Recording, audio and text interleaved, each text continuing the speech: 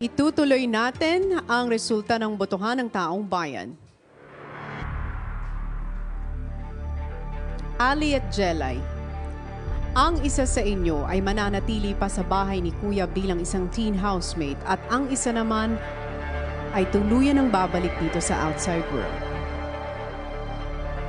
Ang pangalang inyong maririnig ay huling ligtas sa gabing ito. Nangangahulugan kapag hindi mo narinig ang iyong pangalan, magpapaalam ka na sa bahay ni Kuya. Congratulations, because you are safe tonight.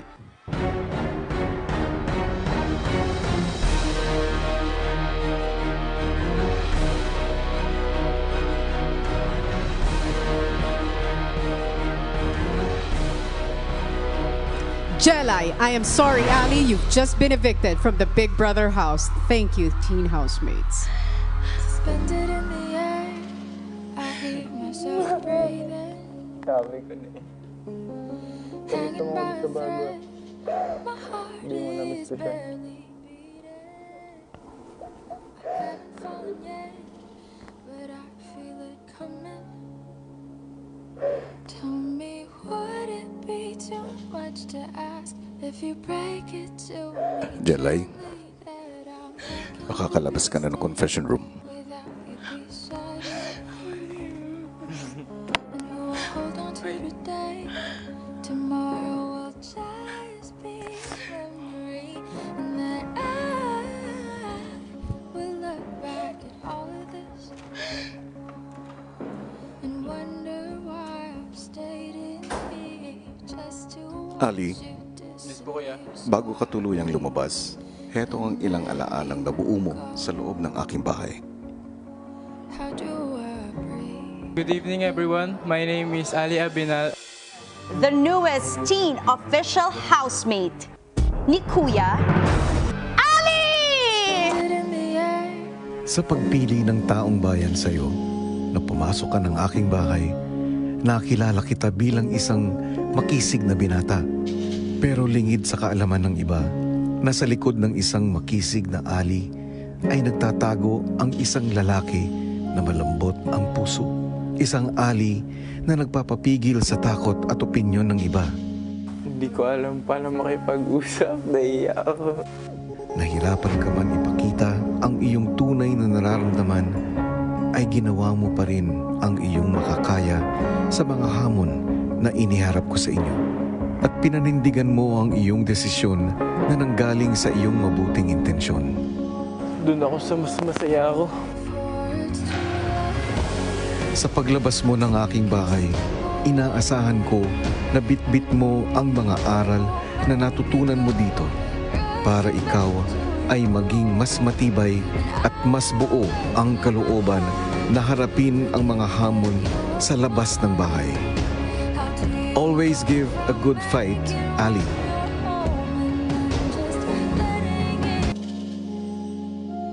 Baunin mo ang mga alaalang ito at lahat ng mga pangaral ko sa iyo. Goodbye for now. Maraming salamat at Merry Christmas, teen ex-housemate Ali. So Merry before Christmas, it's Kuya. I'll take a step away.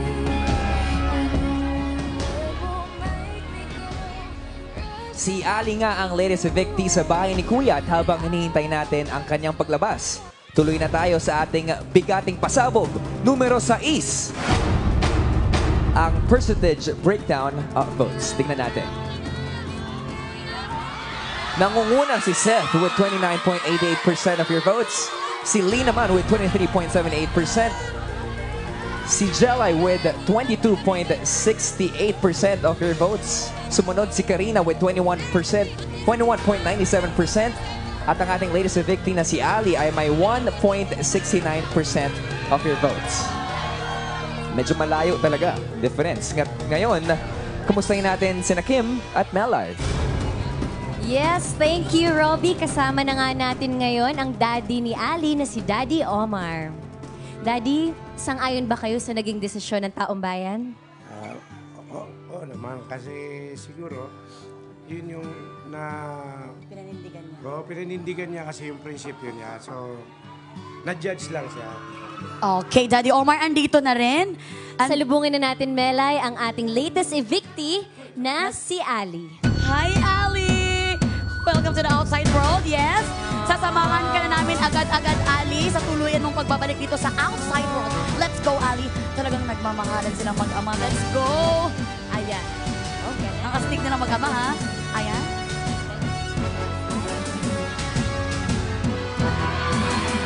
Mga kapamilya! Ang astig makisig ng Las Piñas, Ali! Ali, hello! Dito Ali. tayo, Ali. Welcome back sa Outside World. Hello! O, alam mo, magpapasko ka. Kasama mo ang pamilya mo ngayon. Pero syempre, Ali, diretso na kagad ako sa'yo.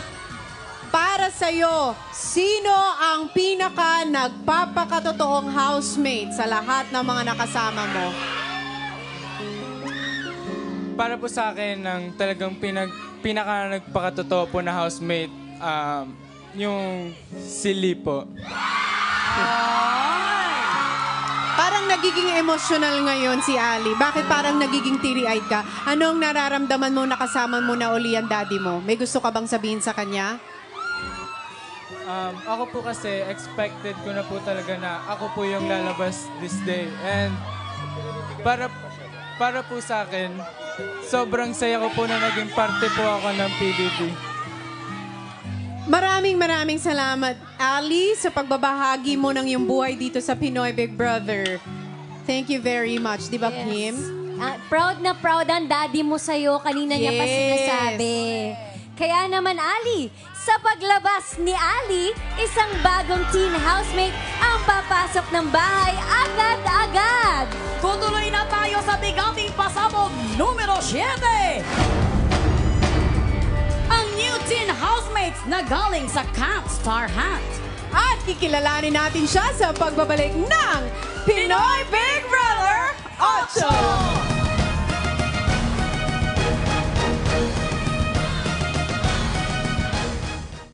Grabe ang bigat nung eviction. Nakakalungkot talaga pag lagi bine-evict, no? Kasi nanggaling tayo doon, alam natin yung pakiramdam, yung journey. Kaya nakakalungkot kahit sino pa yan, kahit naging favorite mo, hindi. Maging thankful tayo kasi... Nakakalungkot talaga kasi magpaalam sa kapwa housemates, lalo na kung talagang nanggaling ka sa loob ng bahay. Kasi hindi madali na iiwanan mo yung mga co-housemates mo. Ayun, nakita na nga natin na ang latest evictee natin ay si Ali na nanatili sa loob ng bahay ni Kuya for 2 weeks. At 3 weeks naman sa Camp Star Hunt. Ako, dalawa yung bahay na kanyang nilisan na syempre mahirap yun para sa kanya, di ba? At mamaya live na live makakausap natin Pamus. Dito mismo si Ali. At nakita naman natin, sabi niya, parang in-expect naman daw niya na talagang siya yung lalabas ng bahay ni Kuya today. Ang positive thing naman doon, kung iniwan niya ang pamilya niya sa loob ng dalawang bahay na ito, makakasama niya naman ngayong Pasko ang kanyang tunay na syempre pamilya. malapit na yung Pasko. Ilang days na lang bago magpasko? 8! 8 days na lang! Pasko na, guys! Oo, kaya sana nag-ano na kayo, Christmas shopping, ganyan. Ako, anytime makakausap na natin ang ating latest Victim na si Ali Abinal, ang astig makisig ng Las Piñas. Ako, kung gusto niyo may tanong kay Ali, just tweet your questions. Use the hashtag PBB Big 18 Linggo. At syempre, itatanong namin na kay Ali live, makakausap natin siya. Nako, ayan na. Actually, nandito na siya. Let's all, guys, welcome. Let's all welcome our Ali. latest evictee, Ali. Ayan, ang astig makisig ng Las Piñas. Hi, Ali. Hi, Ali. Uy, Uy, crush niya. Hi, Ali. Cute daw si Ali, sabi ni Alex. Mag-hi ka sa kanila. Actually, cute nga siya. Ang cute nga ni Ali, no? Magkasintang ka. Char. Upo ka na, na.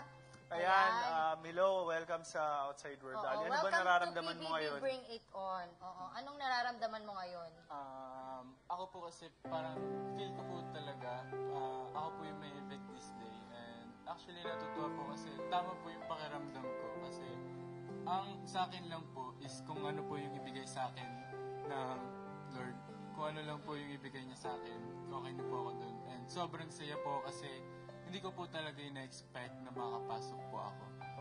Di ba nga dalawang bahay ang pinanggalingan mo? Galing ka sa Camp Star Hunt at galing ka sa PBB. Ano bang hindi mo makakalimutan na experience sa loob ng bahay, ng mga bahay na yun? Ang hindi ko po talaga makakalimutan na experience po sa dalawang bahay na yun is talaga po yung pagtitiwala and yung love at affection po.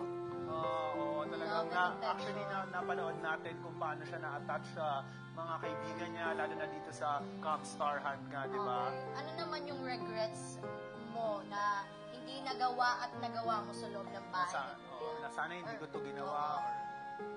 Ang regrets ko po, actually, napakadami po, pero magbibigay po ako ng main. Ito po talaga is yung pakikipagsagutan po sa mga tao and hindi ko po talaga nagustuhan yun. Kanino ka ba nakipagsagutan? Kanino? Like, this week lang po yung kila Ate Jala and Ate Karina po. Yan. Pero kanina narinig natin, sinabi mo na si Linga ang pinaka nagpapakatotoo sa loob ng bahay ni Kuya. Sino naman ang hindi pinaka nagpapakatotoo sa loob ng bahay? Para sa'yo lang naman to eh. Actually, hindi ko po mag-guess kasi nakikita ko po sa kanilang lahat na talagang pinapakita po nila yung mga ugali nila. Actually, even you, di ba? Talagang nakita natin na nagpakatotoo din tong si Ali sa loob ng bahay. Sino naman ang pinaka mamimiss mo sa Camp Star Hunt at sa Pinoy Big Brother House? Ang pinaka mamimiss ko po sa camp is talaga po si Sansan. And ang pinaka mamimiss ko po sa PBB House ay si Reese po. Si Reese, oo. Nakita nga natin na very close nga siya kay Reese. Actually, gusto ko rin makilala yan si Sansan. So, ano naman ang magiging mga aral na nakuha mo? Oo, natutunan mo sa loob ng bahay ni Kuya na madadala mo dito sa labas ng bahay. Yung aral po na natutunan ko at madadala ko po hanggang labas ng bahay is talaga po yung mga given advices po ni Kuya Edward na kailangan po sa mga taong nakikilala mo, hindi mo dapat po talaga ginajudge. Para po sa akin, dapat mas kilalanin po sila. Okay. Ano naman ang message mo sa housemates natin at sa mga Star Dreamer? Masasabi ko lang po sa mga housemates, I hope na in the 2 weeks na I've been there, sana na-appreciate nyo yung mga pinakita ko and I hope na hindi kayo nagre-regret. Sana masaya lang kayo dyan and I know naman na hindi kayo magiging malungkot. Maybe sometimes, pero I love you po. Sa Star Dreamer naman. Sa mga Star Dreamers po na nakasama ko, I hope na makita ko pa po sila and natutuwa ko na naging part sila ng buhay ko. Sobrang unexpected talaga ng mga bondings natin kasi ako talaga yung tipong tao na sobrang mahiyain na talagang hindi ko kayang ipakita yung mga emosyon ko sa mga tao except na sa inyo. Ayan, ayun. Pero ang nakakatuwa lang panoorin kasi nagkaroon siya ng stand, ng paninindigan sa loob ng bahay ni Kuya. At nakita na natin yung emotional side mo. Kasi sabi mo nga, introvert ka, mahihain. Pero sa loob ng bahay ni Kuya, nakita namin kung sino si Ali. So nakakatuwa yun, di ba? Ano naman mabibigay mong advice kay Ali? Just continue being yourself. Tsaka yun nga, sabi ni Kuya, continue giving them a good fight. Oo, actually, tama yun. Muay Thai. Parang maniwala ka lagi sa kung anong desisyon mo. Nako, ayan. Ali, panoorin na natin kung sino nga sa mga ka-Star Dreamer mo ang papasok. Ayan. Dahil ang makakatanggap ng regalong ito ay ang nakakuha ng pinakamataas na text votes at tuluyan ng makakapasok sa bahay ni Kuya. At ang makakatanggap ng regalong ito ay walang iba kung hindi si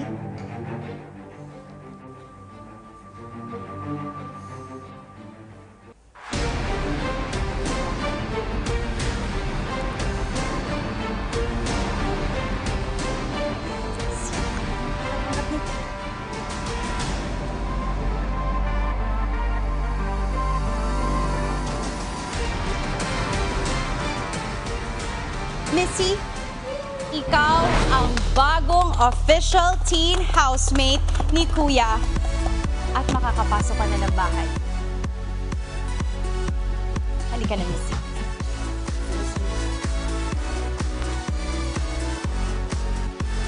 Makakapasok ka na sa bahay ni Kuya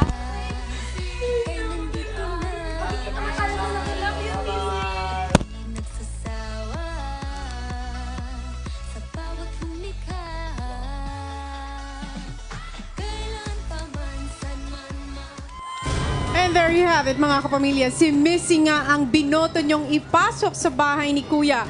At eto naman ang pasok bilang bigating pasabog numero 8. Yan ay ang final percentage breakdown of votes for the Star Dreamers. Narito, tingnan natin lahat. And there you have it. Si Achilles 4.59, Gabby 3.95, GM 5.77, Chris 2.17, Sansan 5.10%, Linnell 5.84, Kurt 35.10% at si Missy nga napasok bilang latest teen housemate with 37.49% of your votes. Thank you for voting, mga kapamilya. Pero ano nga ba ang mga pinagdaanan ni Missy? Narito, panoorin natin lahat. Nakilala si Missy bilang isang mabait at malambing na Star Dreamer. Mainhin man siya sa paningin, pero ang kanyang determinasyon ay walang nakakapigil. Came from the heart. Natutupad ko pa rin talaga mga pangarap ko. Palangiti at mapagmahal na nagbibigay saya sa kanyang mga kasama. At ngayong isang ganap na siyang teen housemate na nais ibahagi ang kanyang sarili sa mga magiging bago niyang kasama. Siguro pang natutunan ko, don't be afraid to show kung sino ka. Kasi tatanggapin ka talaga nila. Mamahalin ka pa rin talaga nila. Miss ko talaga ng sobra if ever haalis na kami dito sa loob ng camp.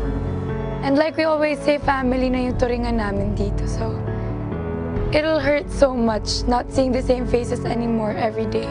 If God brings me to the other house, then I will accept it wholeheartedly. Siguro naman po, I will also be able to get along with the people inside the house. At yan na nga, nakabang na ang taong bayan sa pagdating ng ating pinakabagong official teen housemate ng pamilya. Please welcome the Ganda Achiever ng Cebu. We have Missy! Very emotional, Missy. Nakaabang na ang lahat para sa'yo, especially Miss Tony Gonzaga. Hi, Robbie! Hi, Missy! Hello!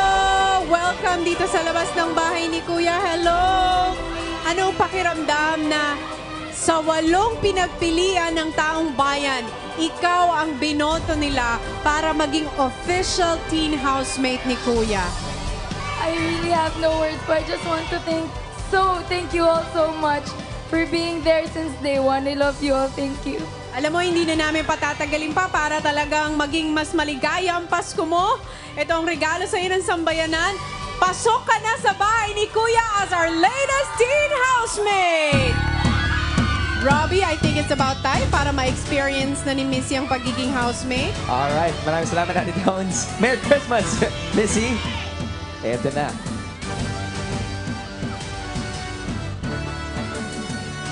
Alright, tapos na nga ang 8 bigating pasabog sa linggong ito, pero may Christmas pasabog pa si Kuya!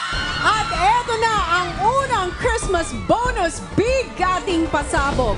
Dahil nga sa pagiging official teen housemate ni Missy, nabuo na ang ultimate 8 teen housemates ng batch na ito at mula sa kanila magmumula ang ating teen batch winner. Abangan ang mga detalye na yan sa mga susunod na araw. Pero sa ngayon, eto muna ang pangalawang Christmas bonus pasabog ni Kuya. At para sa balitang yan, pupunta muna tayo sa Camp Star Hunt. Alex? Star Dreamers, si Missy na nga ang last na Star Dreamer na nakapag-crossover bilang isang official teen housemate ni Kuya. Pero huwag kayong malungkot dahil hindi pa dyan natatapos ang inyong journey. Dahil patuloy pa rin kayong magsistay dito sa camp para sa one more important job. At sa important job na yan, may bago kayong magiging camp supervisor. Gusto nyo na bang makilala kung sino ang inyong camp supervisor? Opo. Camp supervisor? Magandang gabi, Star Dreamers. I am the new camp supervisor. Ako, si Big Brother. Naghahanap ako ng mga kakuntsaba para subukin ang teen housemates sa loob ng aking bahay. At ang kakuntsabang yan ay manggagaling sa inyo. Dahil mula sa mga naninirahan sa Camp Star Hunt, pipili ako ng 2 house players.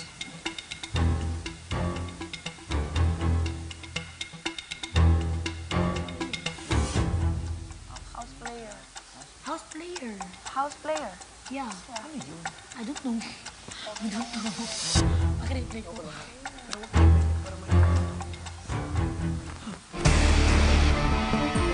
Grabe na talaga. Intense sa mga pangyayari. Sobrang Pero intense. dalawang kakuntsaba nga ang magmumula sa Camp Star Hunt. Pero ano kaya ang pagdadaanan nilang hamon para mapili ni Kuya as official house players? Pero alam nyo kasi, hindi ba dapat palaging 8 sila? Kaya Oo. naman mga kapamilya, eto na ang makakasama sa 7 Star Dreamers sa Camp Star Hunt. Narito, kilalanin natin siya.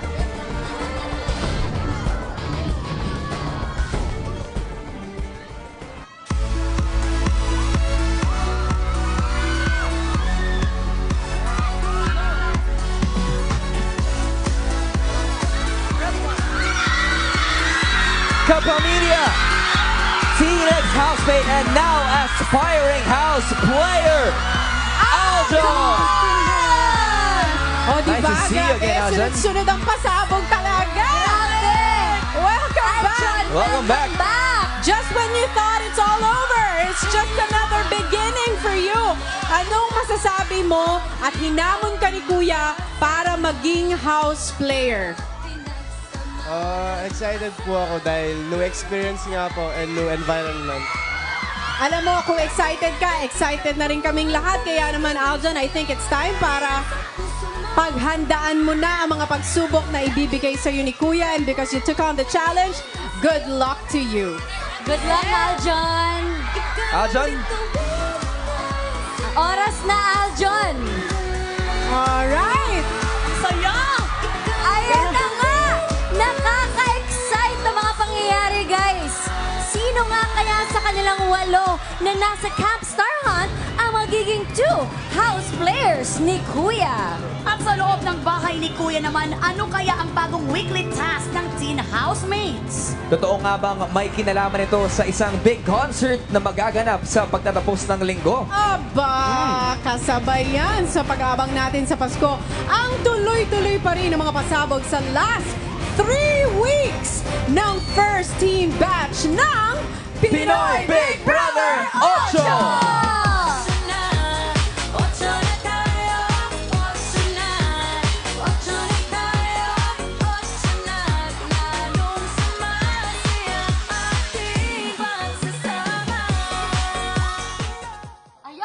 Grabe naman, kilig kami rito sa studio nang makita itong Grabe si si Aljon. Aljon. Diba? At syempre, nakita na natin kanina na pumasok na nga ang pinakahuling teen housemate ni Kuya mula sa team sa Camp Star Hunt. Ito nga ay si Missy. Ayan, ito siya. Ayan na nga. Ang ganda, achiever ng Cebu.